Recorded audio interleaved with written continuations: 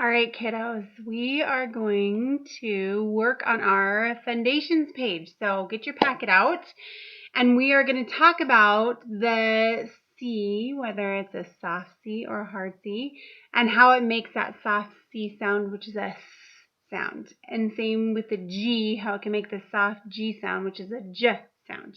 Now, I just wanted to tell everybody really fast, if you look over on the playlist on my YouTube website, it has videos about hard and soft C's and G's that you can look at to give you some extra practice, and I would really watch those.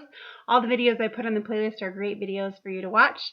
So if your parents logging in, make sure you cruise over there, and that's lots of great instructional videos for your kids, even just to watch like 5 minutes at a time. Watch one video for 2 minutes, one video for 5 minutes later on. Okay, so if you open up your first Foundations page, it has, we need to find out whether a C or an S or a G or a J goes in each of these. So we're going to put each one in there and see which one fits. So I'm going to see if I can get this to come up a little bit thicker. And let's see how this looks. So embrace. We know that it's going to make the soft C or the sound, so let's put a C in here and an S in here. And then which one looks correct? Well, even if you just had the word brace without the EM on it, it's going to be a C. And we know it can make the soft C sound because there's an E right after it. We just learned that that's how it works. So you're going to write that right here. Embrace. And it is really hard to write with a mouse. So you just have to accept my imperfection there. Okay? All right. Let's go back. Now, here's another one. We have send. So we're going to put it, well, actually, let's do the same on each one. Oh, Nelly. What if we do Control V again? Just a second. Technical difficulties. Oh, look, it came back. Let's just do this. I'll move it over. We'll do it again. Okay, we'll be on number 3. So we can either do a send or a send. Which one looks better if you're going to say, I'm sending you a letter? You're right. Some of these you have to know because it can still, even if there's an E after it, it still can be an S. It can be an S or a C. So you have to memorize how some of those look. Right? What about insist or insist? You're right. It's the S. So it's going to be insist. And you can look those up in the dictionary too, or you can look them up online and see if you have those right. So over here, we're going to put either a G, we're just going to put a G in there, and a J in there. And we know that there's an E after it, so both of them are going to sound like J, right? Because J always sounds like J, and a G will sound like a J if there's an E after it. So which one do you think is right for stage?